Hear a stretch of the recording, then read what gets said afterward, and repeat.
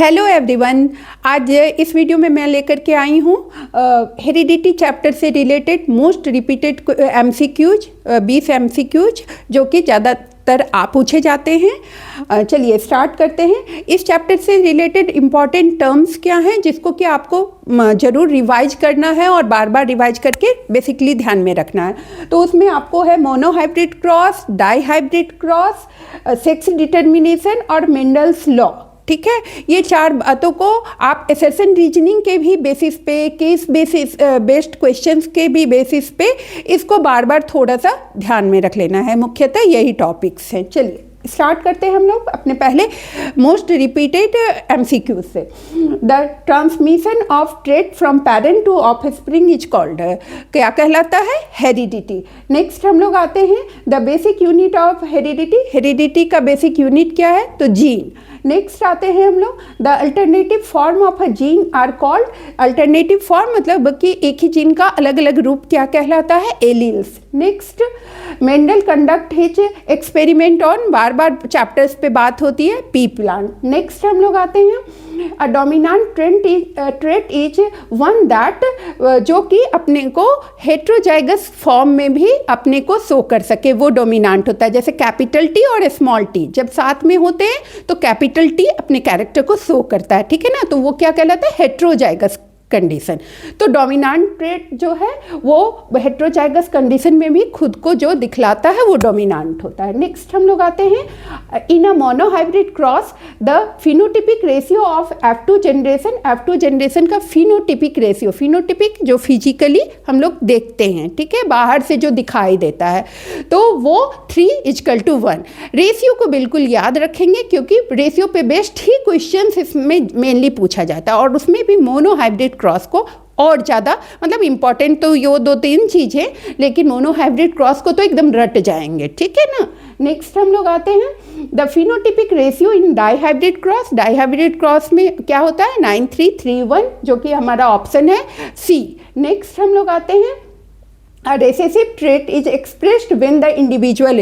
Recessive trait अब अपने को कैसे एक्सप्रेस करता है? जब वो होमोजाइगस कंडीशन में हो, ठीक है ना।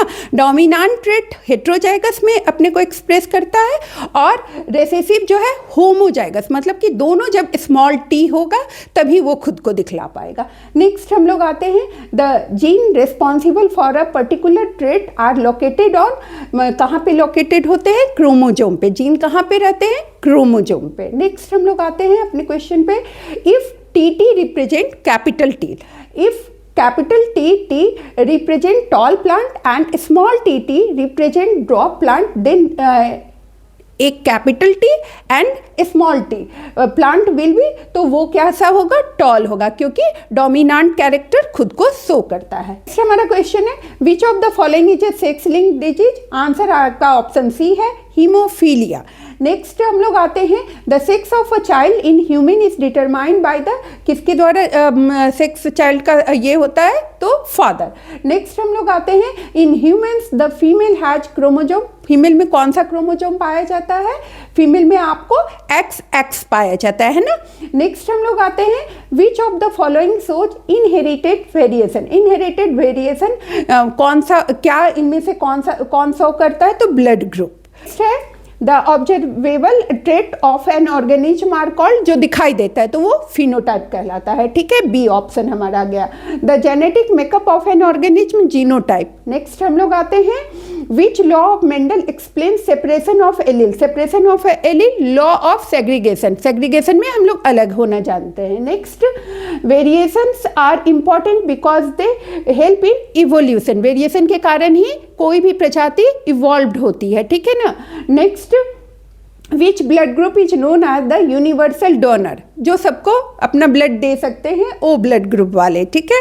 नेक्स्ट हम लोग आते हैं हमारे लास्ट एमसीक्यू पे, Mendel's experiment prove that traits are inherited independently. उन्होंने अपने दोनों मोनोहाइब्रिड क्रॉस और डाईहाइब्रिड क्रॉस के थ्रू ये बताया कि कोई भी जो बहुत सारे हमारे अंदर कैरेक्टर्स होते हैं, लेकिन और वो सारे कैरेक्टर अलग अलग जीन से डिनोट होते हैं, कैरी किए किए जाते हैं, लेकिन वे सभी आपस में कभी भी मिक्सअप नहीं होते हैं, वे हमेशा सेपरेटली नेक्स्ट जनरेशन में जाते हैं। ठीक है ना। तो इस तरह से इस चैप्टर के important most repeated MCQ complete हुआ।